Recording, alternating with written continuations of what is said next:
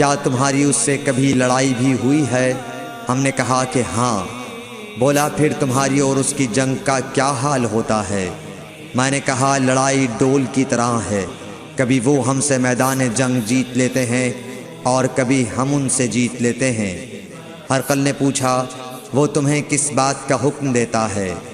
میں نے کہا وہ کہتا ہے کہ صرف ایک اللہ ہی کی عبادت کرو، اس کا کسی کو شریک نہ بناؤ، اور اپنے باپ دادا کی شرک کی باتیں چھوڑ دو، اور ہمیں نماز پڑھنے، سچ بولنے، پرہیزگاری اور صلہ رحمی کا حکم دیتا ہے۔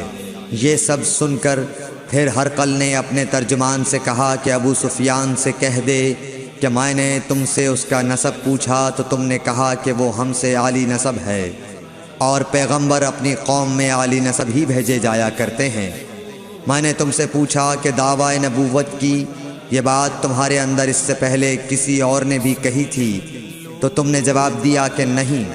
تب میں نے اپنے دل میں کہا کہ اگر یہ بات اس سے پہلے کسی اور نے کہی ہوتی تو میں سمجھتا کہ اس شخص نے بھی اسی بات کی تقلید کی ہے جو پہلے کہی جا چکی ہے۔ میں نے تم سے پوچھا کہ اس کے بڑوں میں کوئی بادشاہ بھی گزرا ہے تو تم نے کہا کہ نہیں۔ تو میں نے دل میں کہا کہ ان کے بزرگوں میں سے کوئی بادشاہ ہوا ہوگا تو کہہ دوں گا کہ وہ شخص اس بہانے اپنے آباء و اجداد کی بادشاہت اور ان کا ملک دوبارہ حاصل کرنا چاہتا ہے۔ اور میں نے تم سے پوچھا کہ اس بات کے کہنے یعنی پیغمبری کا دعویٰ کرنے سے پہلے تم نے کبھی اس کو دروغ گوئی کا الزام لگایا ہے؟ تم نے کہا کہ نہیں۔ تو میں نے سمجھ لیا کہ جو شخص آدمیوں کے ساتھ دروغ گوئی سے بچے وہ اللہ کے بارے میں کیسے جھوٹی بات کہہ سکتا ہے۔ اور میں نے تم سے پوچھا کہ بڑے لوگ اس کے پیرو ہوتے ہیں یا کمزور آدمی؟ تم نے کہا کمزوروں نے اس کی اتباع کی ہے۔ تو دراصل یہی لوگ پیغمبروں کے متبعین ہوتے ہیں۔ اور میں نے تم سے پوچھا کہ اس کے ساتھی بڑھ رہے ہیں یا کم ہو رہے ہیں؟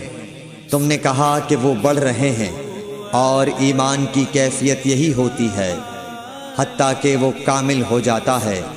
اور میں نے تم سے پوچھا کہ آیا کوئی شخص اس کے دین سے ناخوش ہو کر مرتد بھی ہو جاتا ہے؟ تم نے کہا نہیں۔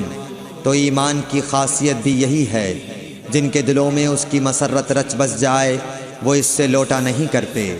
اور میں نے تم سے پوچھا کہ آیا وہ کبھی عہد شکنی کرتے ہیں؟